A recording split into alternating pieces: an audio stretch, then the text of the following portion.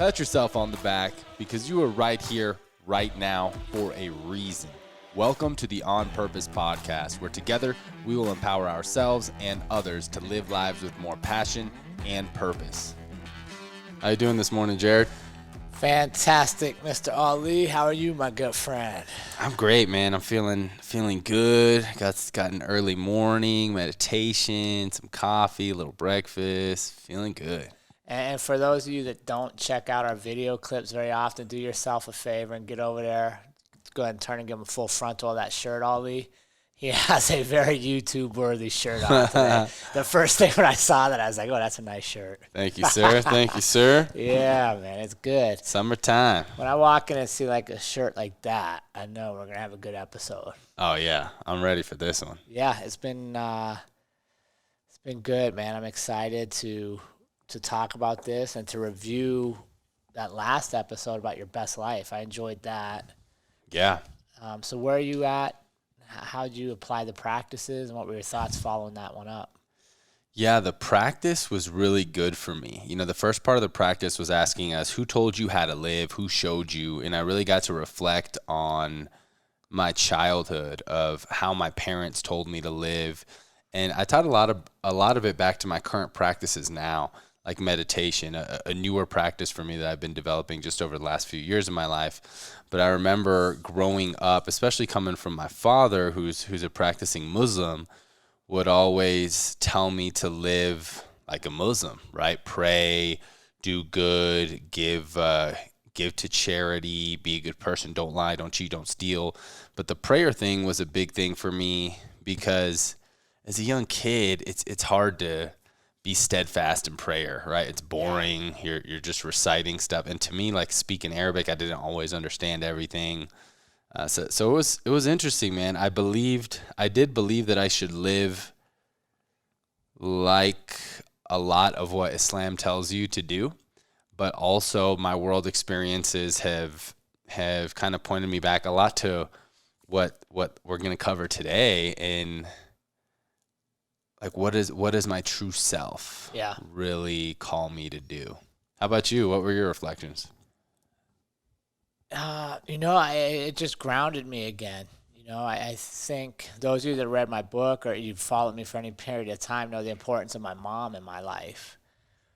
And with all the changes going on in the world and stuff, and I had some conversations with people, and for me, my best life is always remembering the sacrifices she made when I was a kid, and the promise I made to myself was that I would live my best life, which meant new experiences, new challenges, doing things that other people would think are crazy because I knew she didn't get the chance to do it. You know what I mean? So it kind of went full circle and reminded me of why I started a lot of what I currently do, is just to make sure she shares these experiences with me. So I think that was the big takeaway for me, is that living your best life, or at least in my case, my best life is when I bring others with me, and they get to experience things with me. Yeah. Maybe they're not physically here with you, but because they're on this journey with you, they're experiencing things that otherwise maybe they wouldn't have. Yeah. Yeah. So that was my takeaway when I sat and thought about that one afterwards, and it came up in a couple different conversations, and it was good. And I think it kind of led to today's episode. Yeah. Episode number 75. The answers lie within. Man, especially in days like today in our world, 2020. Yeah. Jared, why do you think that we're so programmed to look externally for answers, motivation, inspiration? I mean, we're all wearing masks. Why? Because some external source is telling us. Yeah. I mean, our lives are run by things that we pick up in the external world. Why do you think we put so much value? Well, I think part of it is just like you said in your reflections on last week's episode. Let's take prayer, for example. As a little kid, you were praying all the time, but you had no real reason or understanding of why you were doing it and how it bettered you. You were just told you do this because God made you, so you say these things, God's happy, but you're like, you didn't understand. And I think a lot of times we're programmed to look externally because it's kind of part of the education system. Think about going through school and you write reports on history. Well, how many of the teachers asked you to write a report on how history affected you? It was never about you. It was about the facts that were in a book written by somebody, which then means it's what? Their opinion. You know what I mean? Like we're conditioned to think, okay, I need this information. Let me find it. Let me see who. And a lot of times I think we have the information. Now, don't get me wrong, we're big readers, and I love gathering information, but where I've evolved, and thanks to you for a ton of this, is if I read something now, I like to ask myself, how do I feel about this, and how does it apply to me? Dang. Not just taking it because it's in the book, because we know that's his opinion. Right. But we're conditioned to that, right? We're told to go get books, read this, go find this. Now with the internet and stuff, you can find anything. But are we critically evaluating it? Are we applying it to our experiences? Or are we taking their experiences and making them ours? Wow, that's huge. You know what I mean? I've never thought about that really our education system, we're taught, it's never about us. No. It's never about you. Never. And that was... And I had that talk with my kids last spring as school was wrapping up and coronavirus started going. And, they were going online school and the world changed. And that they were still asked to do work, right? Which is fine. Like school needs some work to grade you. But I was shocked at the amount of work that I would say was busy, right? Do a paper on this, write this, reflect on this. And none of it tied into how is this impacting you right now. And I thought, what a huge missed opportunity to guide young people through an unprecedented time by getting their insights, by allowing them to share their insights with an authority figure. Like, we could revamp how they think about school. But instead, we had them write papers about history that took place 200 years ago, and the facts are somebody's opinion. And they don't apply it to them. Wow.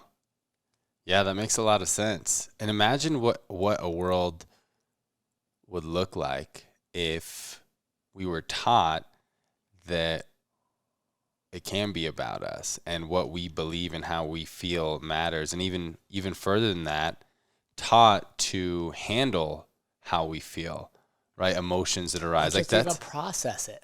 It blows my mind how that's never taught. Right. Emotional management, right? Think about it. You read a book that you disagree with, and this is Be Your Best Daily Journal. Yeah. My good friend Ali. This is something we'll be working on every morning. Shameless plug there. And I started out. It's a good book. But I read a book, or I see the title of a book, and I'm like, I don't agree with that. What do? Most people will put it down. Well, put it down and go find that book I agree with. Well, how do you develop your understanding if you're right?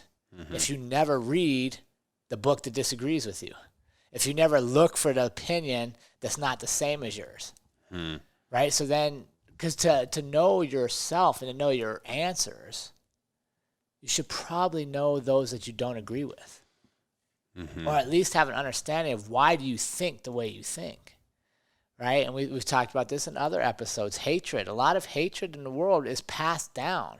Yeah. Grandpa felt this way. Dad felt this way. You feel this way. You have no idea why you feel this way. You were just told to feel this way. For sure, 100%. You've never read a book again. You've never done anything. As a matter of fact, let's say people. The people you hate, no matter why you hate them, your actual experiences with they're probably small, right? Small number of experiences have probably been okay. Yeah. But you'll dismiss that because you were told to hate the mass. Right. Because you're not looking internally. You're just taking everything external. Right? Encyclopedias back in the day, like all this information, we go to look to see what somebody else tells us is the right answer. Yeah. And we never apply the filter of, is it the right answer for me? Yeah. Now, it's funny. I was thinking about how when I was growing up, my father's parents, my grandparents who live in Lebanon, they're Palestinian refugees.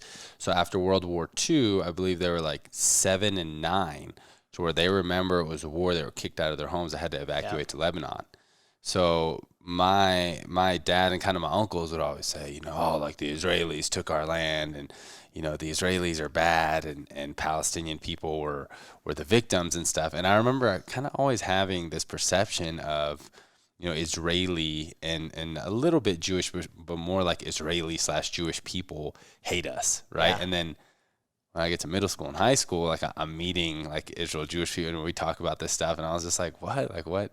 Doesn't make any sense. No, they didn't hate me. And I was like, wait, I thought you were supposed to hate me. Like what's the deal here? So it's funny how we're taught these truths, right? And we go out in the world and realize a lot of that may not be true. Yeah. And I think there's one more reason we look externally for answers, motivation, or inspiration, and that's a lack of accountability. Right? And what I mean by that is, if I come to you and I say, man, I have this idea, and you're like, it's the worst idea ever. I'm like, okay, I'm not going to do it. Ali said it's the worst idea ever.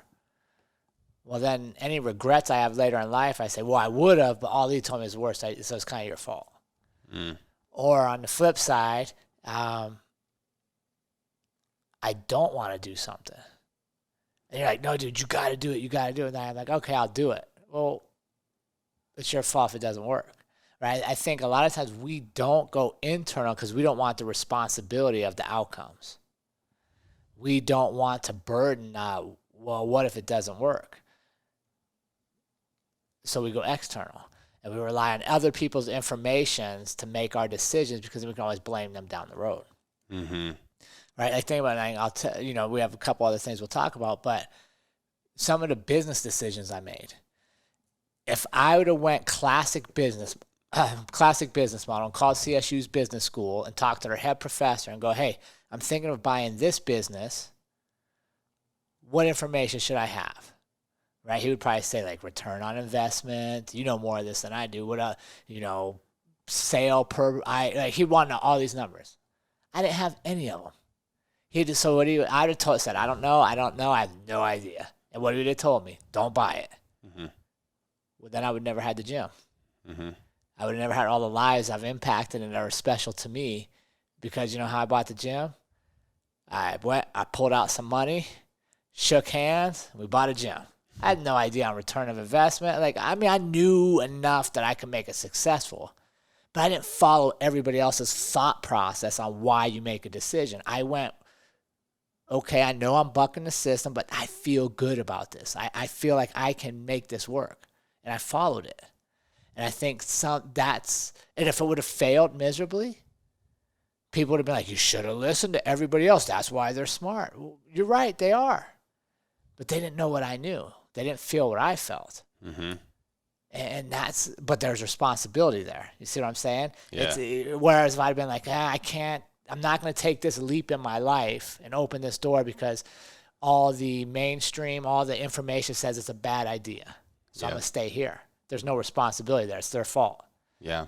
When I die and I'm like, damn, what if I'd have bought the gym and I'd have ran the gym and I'd have coached? How would I have felt? Well, it was their fault. I didn't do it because I listened. Mm-hmm. But they don't have no regrets. Right. At the end of my life, they don't have regrets that they didn't tell me to pursue it. And I have had the opportunity and the privilege, and I'm not exactly sure when the transition happened, but I used to be that guy, that man of something didn't go my way, always putting the blame on something else, never taking responsibility. Yeah. Right? I remember I always hated to lose, even as an athlete, as a high school wrestler. I would always have something else to blame for a loss. Right. Or even in college, like I didn't get a certain grade I wanted or anything, always something else to blame. And it wasn't until, honestly, I think the transition happened when I really started to read more, get mentors, listen to people that were ahead. And I realized that you get the life that you deserve, and once I started taking responsibility for everything, it just feels better and better things happen. Even if you have a failure. You're like, I feel I'm going with this decision. Like you said, going with the gym. If it had completely failed, then when you take responsibility, you have that experience. And you're like, you know what? I was wrong. I'm taking responsibility for this decision. Maybe next time I will I will take some more information into my decision, right? But you have experience. Right. And I think when you take responsibility, that experience is more valuable because your experiences when you're off putting responsibility has such less value than when you're taking full ownership. I think you hit on the head. It's your experience. If I'm blaming you, it's really not my experience because you caused this. You led that. And that's where I think, man, during this crazy time, for me, I've evolved in just realizing that the majority of answers that will make my life happy, make my life fulfilling are within me. Mm-hmm. Now, it doesn't mean we can't get information from other people and we can't evaluate things, but ultimately, we're going to decide what's best for us based on our lives, not the lives other people said, told us, we read about, you know, and I think that's, to me, is why some people are better at listening to themselves than everybody else is they know what they really want. Yeah. Right? I think if you don't know what you want, how do you know what decision you should be making? And that's, to me, that's when a lot of people get caught in like an analysis by paralysis type situation because they don't know what they really want. So they want your opinion and this person's opinion and that person's opinion and this mentorship group and this motivational group, right? They're everywhere externally, but they're nowhere internally because they're bouncing around so much. And Jared, I think you don't know what you want when you're not taking responsibility because you haven't had real experiences. Sure. Yeah. Right? Once you're claiming ownership and having these real experiences, then you know what that feels like. Right? I did this. I know I don't want that because I took ownership. But you tried it. Right. Yeah. But if you tried it and you're going through life putting the blame on everyone else for the outcomes, then you're not really having that experience. So then you're in this constant loophole of never knowing what you want because you're never taking ownership. Yeah. So how, and both, I think you and I are both very good at looking inward. Yeah. And knowing, even if we don't necessarily know the direct path to where we want to end up, we know what we want and who we want to be. And I think that's because we've both had several years of not taking ownership. Yeah. You know, you in your younger years, sure. the baseball years, and just putting the blame on everybody else. So experience. Yeah. What else would you say helps you? I mean, you got a lot going on. So what helps you know from within? Like, we read a lot. You've mentioned meditation. Why? Let's just talk about meditation, because I think that, like, in this time right now with all this chaos going on, I think we both agree meditation has been one of the best things we've taken up. And why do you think that is? Why do you think, like, knowing your answers, whether it's a business answer, a relationship answer, whatever, starts with something as simple as meditation? Meditation is so valuable today because we're constantly bombarded with some sort of stimulus, whether that's computer, TV show, social media. We're always filling our brain with something. I mean, as soon as we wake up, I'm guilty of it too, most mornings. First thing we look at is our phone, right? The alarm. Yeah. Boom, we're already stimulated. And even for me, even the positive things, like I'll go to the bathroom, I grab a book. Yeah. I'm stimulating something, and then usually I'll get into my meditation. But we are so, again, conditioned to never really have stillness. And there's a study we were talking about at University of California. They took a group of a few hundred people and put them in a room for 15 minutes. And they told them that, you know, just be still with your thoughts. The only thing that they could do in the room is press a button to electrocute or shock themselves. I love it. But before every single person got put in the room, they said, would you pay a little money to not be shocked or electrocuted? Everyone said, yeah, like, I don't want to be shocked or electrocuted. 67% of all the men that went in there shocked themselves. They could not just sit still for 15 minutes because we're in this world, we're so conditioned. Boom. Phones, iPads, computers, laptops, video games, TV shows, everything all the time to where we're not comfortable sitting alone with our thoughts. However, what a lot of us don't realize, what I didn't realize for so long, I was like, meditation's bullshit. This is the dumbest thing I ever heard of, just sitting still. Like, that doesn't make any sense to me. Right. Why? Because I didn't know the benefits. Again, I didn't have the experience. It took me several years of consciously trying to cultivate that. And then I started to realize that when you can create that stillness of the average person has 60,000 thoughts a day, when you can create that stillness in that space, God, the universe, source energy, whatever you want to call it, that's when you get those lightning bolt ideas of like, oh, whoa, or you can observe your thoughts that are coming up and you see your true essence, right? We are not our minds. Our minds and us are different. Our minds are capable of generating these 60,000 thoughts, right? We can have good thoughts. We can have bad thoughts. We can have evil thoughts. We can have all these different sorts of thoughts. But what we can control is what we focus on. Yeah. So this gives us an opportunity for these thoughts to arise, and then we just get to observe them, right? We get to observe them, and we can truly be this higher self of like, oh, look at me, silly Ali, thinking about these things, right? When most of us, we don't even observe our thoughts.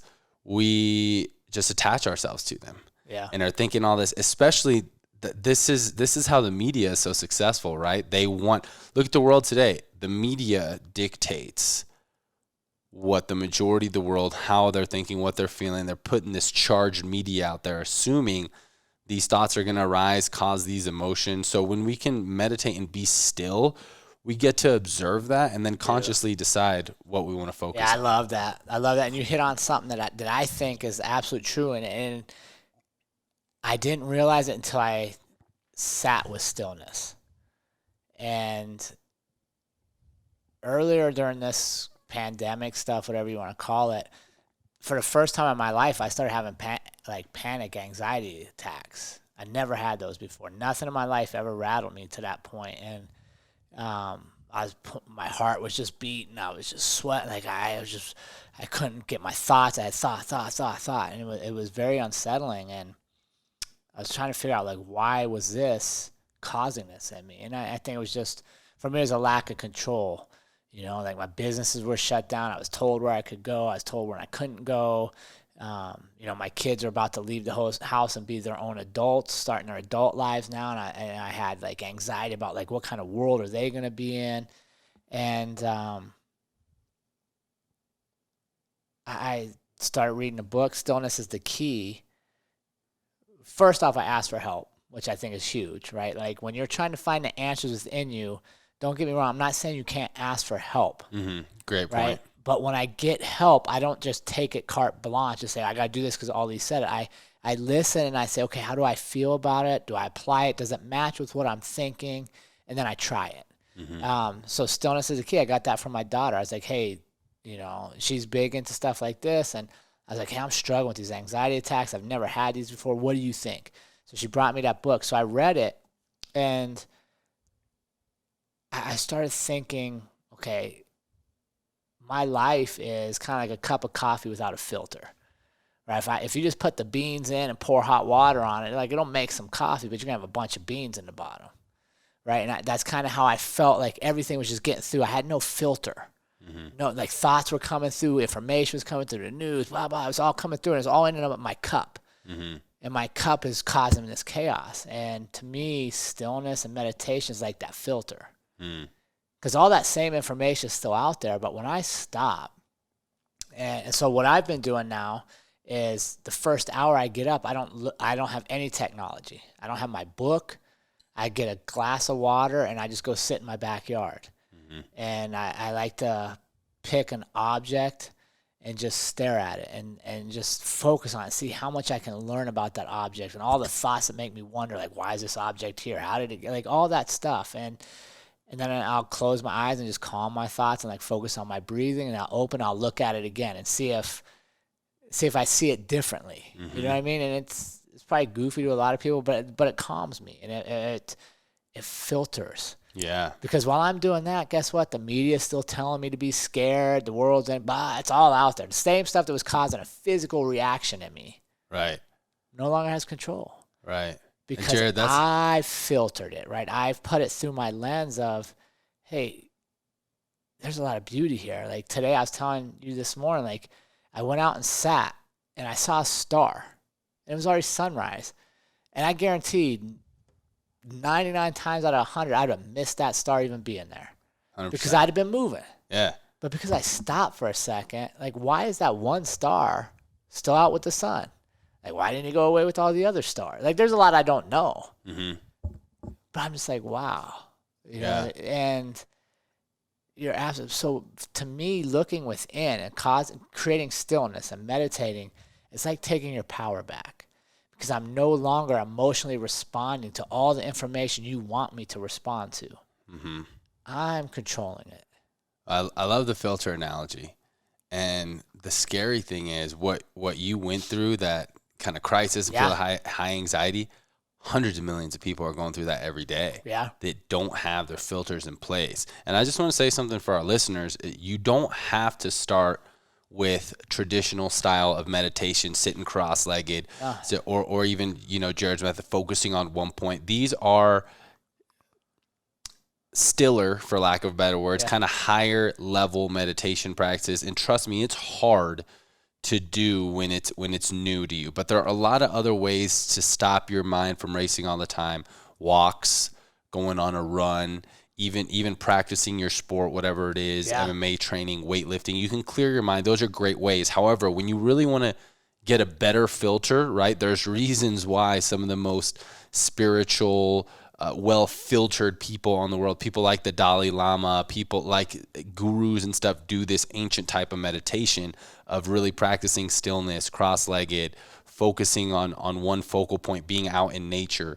When you get to that level, you're going to have these better filters, because today we have trillions and trillions and trillions of bits of information. As a business owner, I know we're competing for attention, for data. We want your data. What do you look at? Where are you putting your attention? Where are you spending screen time on your phone? So there's these massive, powerful forces competing for your attention. And most of the time they're breaking through filters because most people aren't filtering their thoughts. It's so hard to do. Yeah. So when you can start to put these filters in place, like Jared said, you're going to find more clarity in what you truly want instead of what these companies or the media want you to want. Yeah. Exactly. Or want you to believe. Yeah. Yeah, I agree. And it's, we've gotten so far away from just having quiet in our world. Mm-hmm. Everything is noise. And for me, the stillness practice, meditation, allows me to, for that period of time, to have quiet. And what I've found is I get a clarity in thought. If something's been weighing on me, man, the answers appear. And why is that? It's because you're with your process. I'm no longer getting everybody else's information on what they think I should do or what they want me to do about this. I'm actually thinking of, how do I feel? How does this impact us? What is this, a good decision or not a good decision? And you're not even consciously thinking of it, right? Because you're focused on your breathing, you're looking at an object, however you practice, you're allowing answers to kind of come to you. And for me, that's your power, right?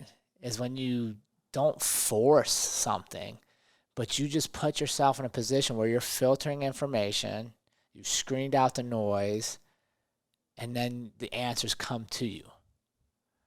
And I think almost everybody's had that experience where they're like, I don't know why I did it. It just came to me. I was supposed to do it, and I did it. Right. And that usually leads to really good things in life. But those moments are so rare, and I believe they're rare because you're kind of put in the funnel where we want you to consume, and you get removed from just finding what feels good to you. Mm-hmm. And that's helped me a great deal.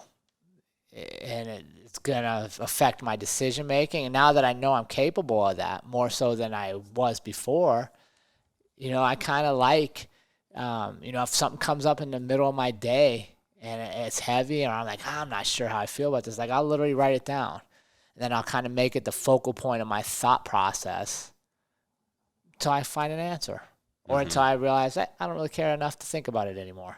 You know what I mean? Instead of just a thought, having it all race at me, slowing it down and controlling it. Yeah. Yeah, I want to touch on real quick. I love how you said, like, don't get me wrong, it's always good to seek out information when you're trying to make a decision, or when you're stressed. Loved ones, mentors that you look up to. You always say this, and I really appreciate it, is always look at what the agenda of the person is that you're consulting with, right? Like one great example that you really told me was when I decided to get off of my Adderall prescription. Right. And I was telling you kind of what the doctor said, and you're like, well, yeah, but doesn't he make more money if you continue your prescription, blah, blah. And looking at the motive. So you have to realize that the media has an agenda. Every business out there has an agenda. Some good, some bad, right? But everyone has an agenda. So when you're seeking this outward stuff, then you can go inward with that. Yeah. So aside from meditation, I thought of two other techniques that I want our listeners to consider. And again, go inward to see what works best for you. But there's a really nice meditation that you can do of imagining a guru or a monk or a wizard or a godly being, whatever you want to talk about, imagining that you're approaching him in a beautiful field or a cave. You can make this meditation wherever you want and have a conversation with him and go ask him the questions and see what comes out. Yeah. It's from your subconscious, right? So those answers are those answers within, but from a different being that you're creating. Yeah. And you'd be surprised, like, whoa, that guru that I mentioned in my head had some good shit, right? So you can do something like that. Or one that I really like to do, which was the reason I shaved my mustache. If you guys haven't heard that episode, go check it out, was a mirror conversation. And I look at myself really deep in the eyes and I play this role playing of me, Ali, my ego self, my worldly self here in this body, and my higher self, my true self, my God self. And I'll have that conversation and I'll ask questions, and you'd be so surprised. I mean, we were experts at this as children. Bring out that inner child and use your imagination. It can be so powerful when trying to seek answers that already lie within. Yeah, I agree. And I would add, if you do any of these, however you're looking for answers within, one of the biggest things you got to do is have patience. Because the answer may not come the first time or the second time. You have to sit and allow it to naturally occur, and I think that's hard for us in today's world. We want to rush, Google, answer, and a lot of times the problems that life gives us, the highs and the lows that we're navigating, need time. They need your time and your focus to get through. So don't rush it. It's not a flip the switch and it's gone tomorrow. And you guys all know this, right? Most people's problems carry with them for a while. Mm-hmm. But this to me is a way to overcome them. And I can tell you, since I started doing this, and I've not had one more panic attack. And I still have business issues. I still have uncertainty. My kids are still moving out. But I've filtered, and I wish we taught young people that more often, right? I wish we taught, instead of calling the mental health crisis and putting people on prescriptions, and that we actually taught them, like, how do you filter all these thoughts you have? And it won't work for everybody. Like, I'm sure there's some outliers but I think it'll benefit a lot of people if they just took time, or maybe we created time in their day. What if it is a business culture, instead of grind, hustle, sleep when you're dead mentality? We said, no, you know what? You need 40 minutes to just sit with your thoughts. I can't imagine how much more productive we would be, how many more problems we would solve for our businesses and our lives. And then, quite honestly, how much more tolerant of people we would be. Yeah.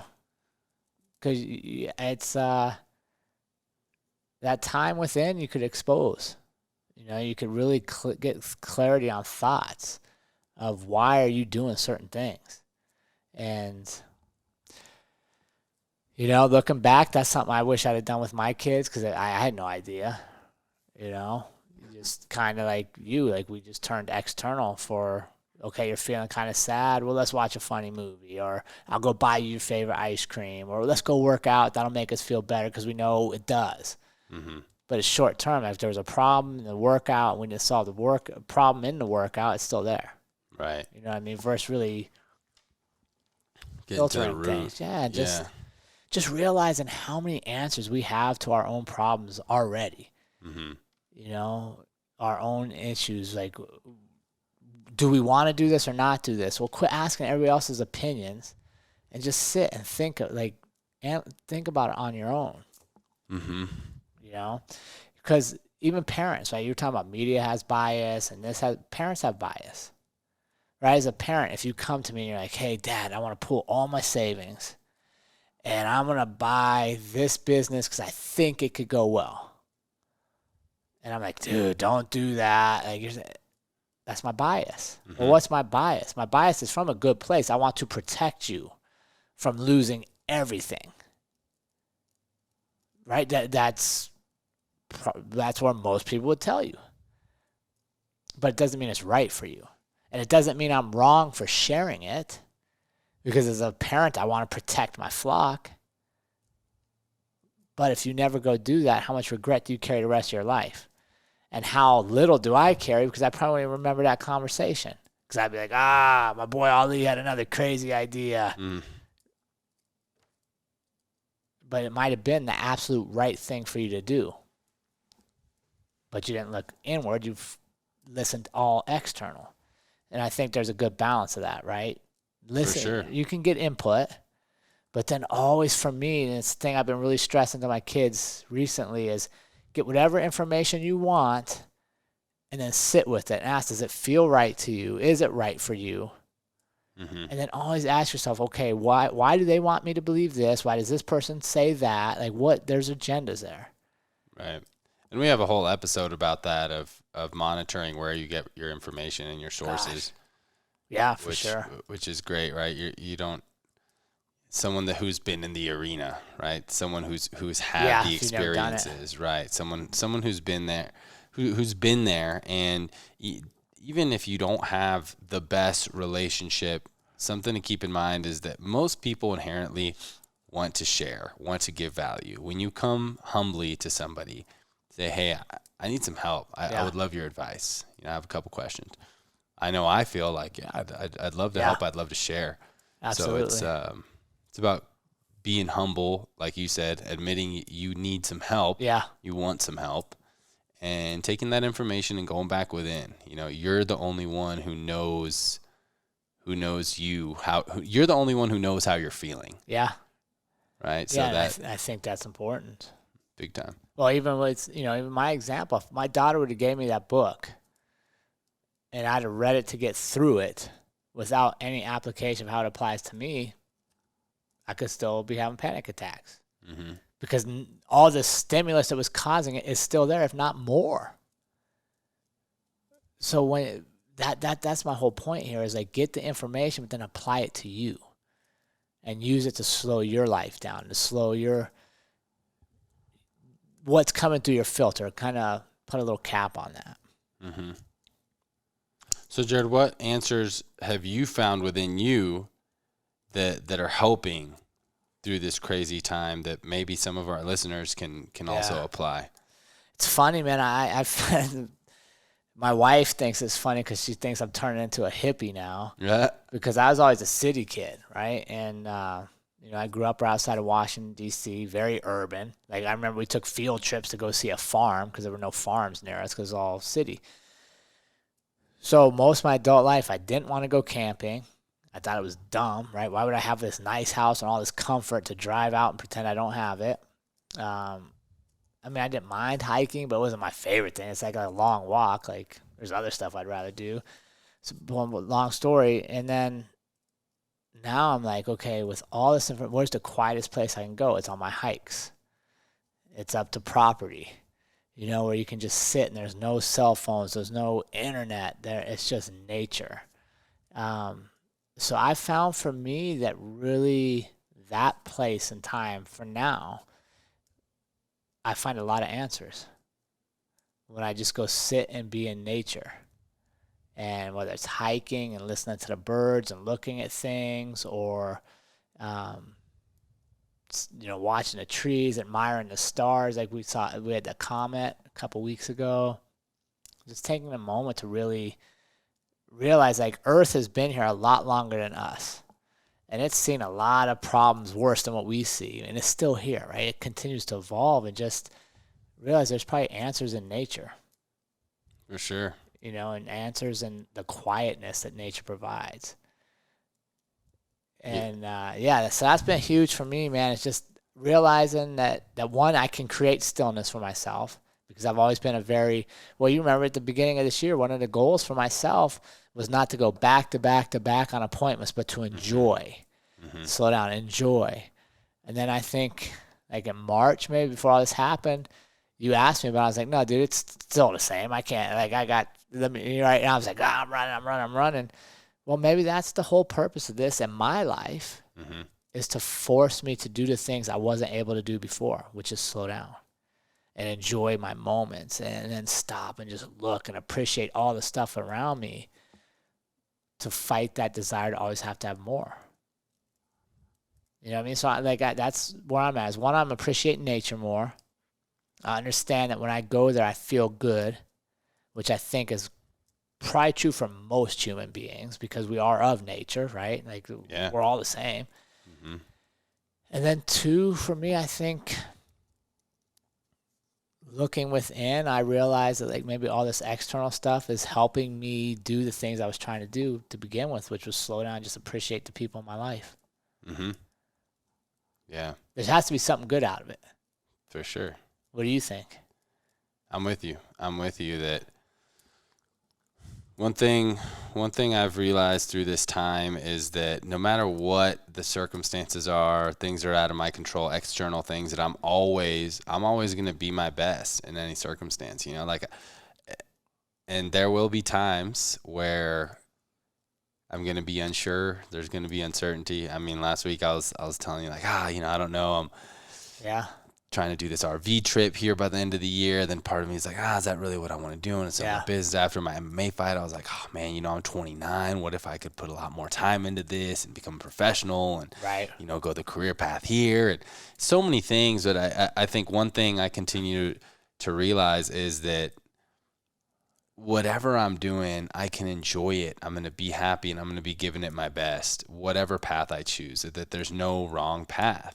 Yeah. And that the answers are within, to continue to practice stillness, to continue to cultivate relationships, and ask for advice, ask about other people's experiences, try different things, have new experiences, continue to grow, continue to learn. And in any experience, I'm going to be my best. And while I'm doing that, uplift others along the way. Yeah.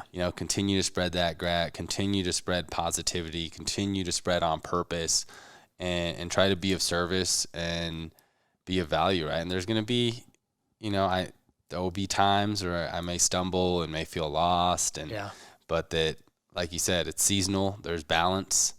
I think kind of the biggest answer is, like, it's all going to be okay. It's all going to be okay. And one thing, kind of little side note, this new way to look at Mother Nature in the world that I came across is, and you just said it, is Mother Nature, the earth has been through everything. Yeah. Comets, dinosaurs, ice ages, everything. Viruses, everything. So it's funny how we have all these campaigns like recycle, save the planet, right? Save Mother Earth. We're going to destroy the planet. No, we're not. Mother Earth is going to out-survive humans, no doubt, right? We're destroying ourselves. We're destroying ourselves by polluting. We're destroying our future generations and children by being by being wasteful and all these things. Mother Earth will always be around. I think that because she has always been around, that there's so much answers in nature that's not obvious. It's not a meme, right? It's not an image. Yeah. It's not a quote. But there's so much that we can learn in the stillness because Mother Earth has been around since the beginning of time. Yeah. And you need to experience it. Mm-hmm. Right? Like, I can tell you what I experienced, but that's not your experience. Right. And yeah, I agree. And maybe that's the whole point of this whole process, is to put us back in touch with what's really important. Slow down, filter, and enjoy what's around you instead of always looking for what you need next. Because our time's short. If you look at the lifetime of Earth compared to your amount of time here, you're not that important. No. You're not here very long. So what you do in that time, you better create some value. Yeah. So look in. Don't get caught up in thinking everybody else has the right answer for you. You have the right answer for you. And only you know what you're capable of. And let's be honest, if you're truly living up to that, or if you're kind of dismissing that responsibility to everybody else in the world to put you there. The man in the glass will always know. Can't lie to him. No. Well, you can. You can, but he'll He know you're lying. He knows you're lying. Yeah. What practice do we have for him, Mr. Ali? All right. First part of purposeful practice, guys, is to reflect on if you've ever had success looking inward for the answers you seek. That can be really powerful, realizing that you've had the success there to continue that practice. Part 2, what was the most impactful moment you have had realizing your own power? Part 3, are you utilizing your power to lead you through this current crisis, and how? And most importantly, email your practice to us at onpurpose.official@gmail.com. We really enjoy reading those, interacting with our community, and every now and then we will reward some of those people who are on this journey with us and sharing their purposeful practice. Yeah.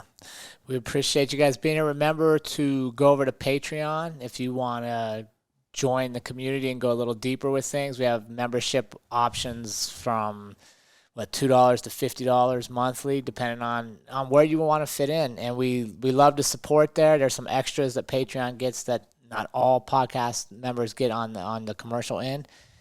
And we thank you for allowing us allowing us this space in your all's lives. Yes. Awesome episode. Thank you, Jared. Thank you. All right, team, as we wrap up another episode of the On Purpose podcast, we are thankful for having you all on our journey. We want to announce new ways to include you and let you go deeper into our community. First off, we got the onpurposepodcast.com website where you can subscribe to our monthly newsletter, get inside tips, and see what's coming up in the upcoming months. As well as our new launch is our Patreon account. We have 5 tiers where you can decide at what level you want to contribute to the podcast and the community, help support us, continue to push us forward and grow. And it's as little as 50 cents an episode, or $2 a month, all the way up to $50 a month, depending on where you want to be. Perks of this are sneak peek episodes. You get the episodes quicker. You get to contribute on episodes. You get monthly Q&As with Ali and I and special guests. And you get to be a building block for our community as we continue to grow worldwide. With the release of Shelly Davies' episode, we are now international. And we're excited for where the future leads us. So please fit in with us wherever you are comfortable. And remember, team, life is far too short to live any other way than on purpose. We'll see you next week.